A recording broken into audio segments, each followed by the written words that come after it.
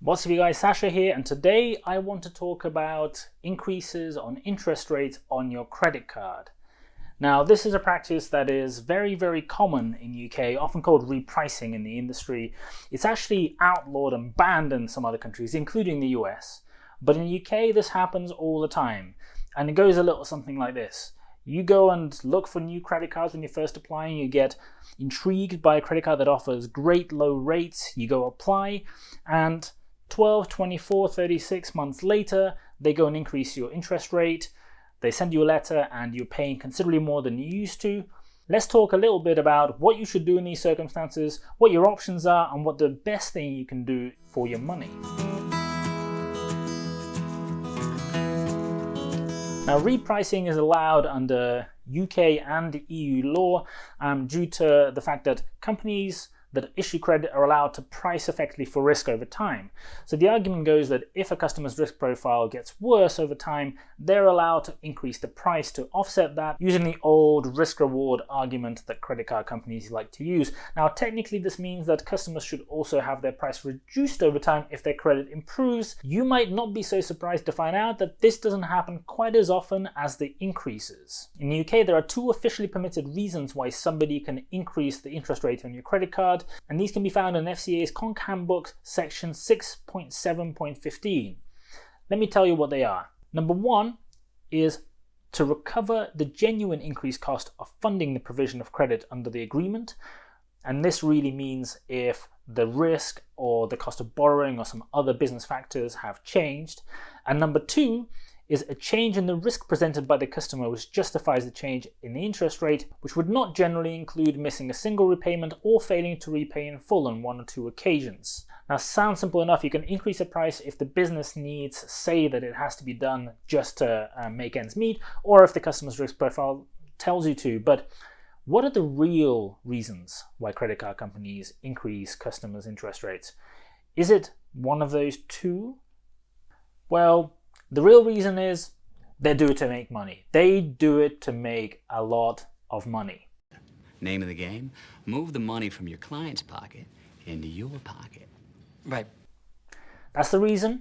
That's why they do it. They may officially argue that the customer's risk profile changes and they do all these assessments and they do affordability checks, but in reality, in truth, the profile of the customers that they're repricing is not any worse than what those customers on average would look like in the past. They just create models that make it look so. What they do is they take customers and they basically say, if anyone's profile has in any way worsened over time relative to where they were, maybe then they'll be selected for a reprice. In fact, that worsened profile might still be better than the profile of customers they accepted for the same product in the past, but that doesn't seem to matter. In most cases, they don't even compare these like for like anyway.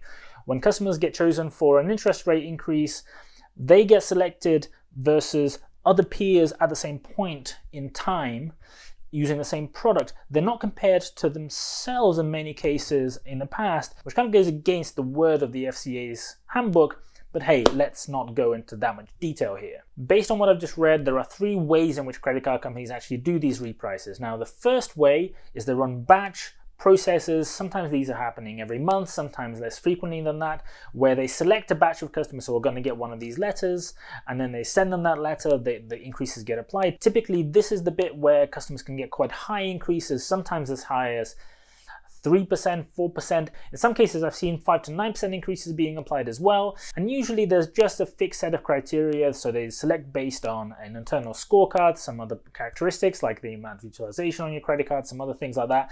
It doesn't mean anything about your credit profile. It doesn't mean there's something that you should know about. It doesn't mean that something suddenly magically has happened. You just got picked because they needed to pick an X number of people and you happen to be in that X. The next sneaky way that people get repriced is by linking your interest rates to the base rate. Now you might have noticed, or probably not, that in the last few years, a lot of credit card agreements now link the interest rates that you are going to get to the Bank of England base rate. And what this means is because you've been told about it up front, every time the Bank of England base rate goes up, so will your interest rate. Now this pretty much didn't exist when the base rate was considerably higher and was expected to fall over time. surprising that actually this came in when the interest rate was low. So typically in these cycles of base rates going up and down, this will happen when the rate is really low, because that means that customers who are booked at that point in time, who are given their credit cards, will then have the interest rates grow over time. Naturally enough, when the Bank of England base rate goes up, this practice is probably going to stop. Now the key thing here is, because these are contractually mandated at the point when you apply for the credit card, you don't get a usual notice, you can't opt out of it, you don't really have anything you can do about it, you just have to suck it up if you want to continue using a credit card. The third way you can get repriced on a credit card is something that the credit card companies will call portfolio repricing. What this means is they go and pick a very large proportion of their customers, in some cases almost everyone, with some exclusions due to legal or opt-out reasons or whatever, and everyone in the portfolio will get an increase. Now usually these are going to be quite small increases, sometimes 2% or 3%, sometimes even lower, but generally the companies use this during times of crises, during times when funding issues arise. I'll be surprised if this doesn't happen quite a lot in the next 6 to 12 months. This is using that first reason why the FCA allow you to do a reprice. And basically they're saying their risk level has gone up, their cost of funds has gone up, their business costs have gone up, they have to increase pricing, and everyone will get the same letter, everyone will get repriced, but it won't be by a lot. Now here is typically what will happen when your interest rate is increased. First, the company is going to generate a selection. So somebody will run a batch process where they'll pick a bunch of people who are going to get this rate increase. Then a bunch of letters are going to be generated and printed. And what will then happen is they will allow for 5 to 7 days for these letters to actually reach you. And from that point, there'll typically be a 60-day notice period before the interest rate increase is actually applied. Legally, credit card companies have to give you at least 60 days to opt out of a rate increase, and as a result, most people use that as the period of notice so that they don't have to retrospectively go and figure out what the difference in interest rates would have been if you opted out after they applied it. That usually means that you'll get about 2 months to make that decision. But even so, the crazy thing is that over 90% of people will typically accept the increase blindly. In some cases, I've seen rates of 92, 95% of people actually not declining the increase, and this is absolutely crazy given how high some of these increases are. The fact of the matter is that a lot of people, in fact, I would say most people selected for a reprice by a credit card company are actually not that bad in terms of their credit profile. In fact, a lot of these people would be able to qualify for great 0% for multiple years, in some cases products. It doesn't mean that there's something wrong with your credit profile. So if you are selected, maybe that is the prompt for you to go and have a look. If you have a high balance on your credit card, there is absolutely no reason not to decline it. You can't really use the card because your balance is already high. The interest rate, if you choose to borrow on it, is going to be higher. So don't let them increase the price for no benefit to you. If you choose to keep the credit card rather than moving your balance elsewhere and repay it down, you will actually pay considerably less interest, even though you won't be able to spend on it. That is financially the right thing to do. Don't be ignorant, make sure you decline this increase. Also, don't forget to subscribe to this channel if you haven't already done so. If this is your only credit card, your circumstances are such that you can't get another one, your balance is relatively low compared to the credit limit, and you absolutely have to use the credit card to borrow, in that case, you may consider actually accepting this increase and continuing to use the credit card.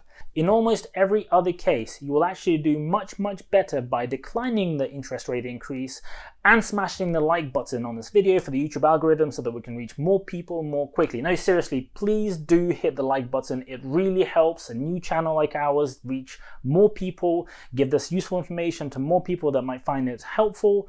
Please do it right now if you haven't done so already. If you do choose to decline an interest rate increase, which you have a legal right to do unless it's one of those Bank of England base rate linked ones, there are usually 2 ways for you to do it. The first way is to use a slip provided. Typically there'll be an envelope provided and a slip that you can fill in. Some companies allow you to do this online, although people don't like to do it online because it's a bit too easy and people might do it a bit more. Another way that many of them let you do it is by phoning them and opting out that way. In any case, it's a very quick thing to do. It will take no more than a minute or 2 of your time. So if you're choosing to do it, don't delay it. Go and do it right now. Make sure it's in there so that your interest rate does not go up. No doubt in the letter, and if you speak to the company, you will be told something really scary. Your account is going to be closed. Oh no. But if you have a reasonably high balance on your account already, which you probably do because otherwise they wouldn't be repricing you, so you don't really have any benefit in retaining the credit card because you can't really use it because there's not much more credit available to you, that doesn't sound very scary at all. In fact, you lose in many cases almost nothing. You can't keep borrowing on it. You're going to pay more to keep the credit card open even though you can't borrow on it if you don't decline it. So why would you not decline the interest rate increase?